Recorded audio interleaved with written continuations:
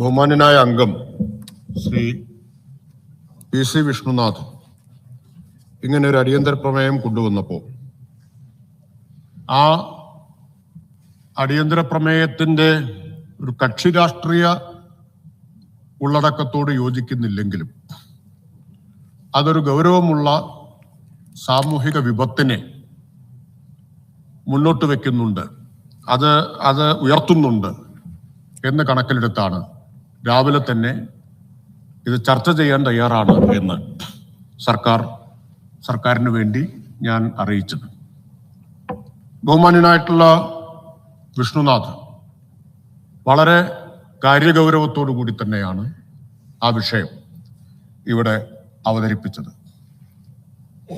അദ്ദേഹത്തിന്റെ അവതരണത്തിൽ കക്ഷി രാഷ്ട്രീയത്തിന്റെ അതിപ്രസരമല്ല ഉണ്ടായിരുന്നത്, പ്രശ്നത്തിന്റെ ഗൗരവം തന്നെയാണ്. അത് വളരെ ഹൃദയസ്പർശിയായി അനുഭവങ്ങളെ മുൻനിർത്തിക്കൊണ്ട് തന്നെ അദ്ദേഹം ഇവിടെ അവതരിപ്പിക്കുകയുണ്ടായി. 2022 ഇത്തരമൊരു നോട്ടീസ് അദ്ദേഹം അടിയന്തര പ്രമേയ നോട്ടീസ് നൽകിയത് ഞാൻ ഓർമ്മിക്കുകയാണ്. അന്ന് ഞാൻ അവിടെയാണ് ഇരിക്കുന്നത്.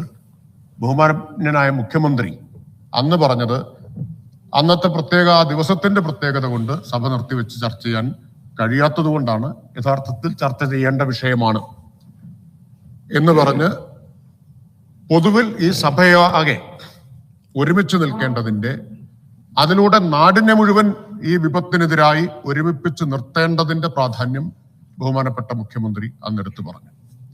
അന്ന് ചെയറിലിരുന്നു കൊണ്ട് വിഷ്ണുനാഥിനെ അഭിനന്ദിച്ചു. ഇന്ന് മന്ത്രിയായിരുന്നുകൊണ്ടും അദ്ദേഹത്തിന്റെ അവതരണത്തെ, ഈ വിഷയത്തിൽ അദ്ദേഹം ഉന്നയിച്ച കാര്യങ്ങൾ ഹൃദയസ്പർശിയായിട്ട് അവതരിപ്പിച്ചതിനെ അഭിനന്ദിക്കാൻ ഒരു മടിയുമില്ല. ഒരിക്കൽ കൂടി ഞാൻ അദ്ദേഹത്തെ അഭിനന്ദിക്കുകയാണ്. മറ്റ് അംഗങ്ങൾ പലരും ഗൗരവമുള്ള പ്രശ്നങ്ങൾ ഇവിടെ ഉന്നയിക്കുകയുണ്ടായി.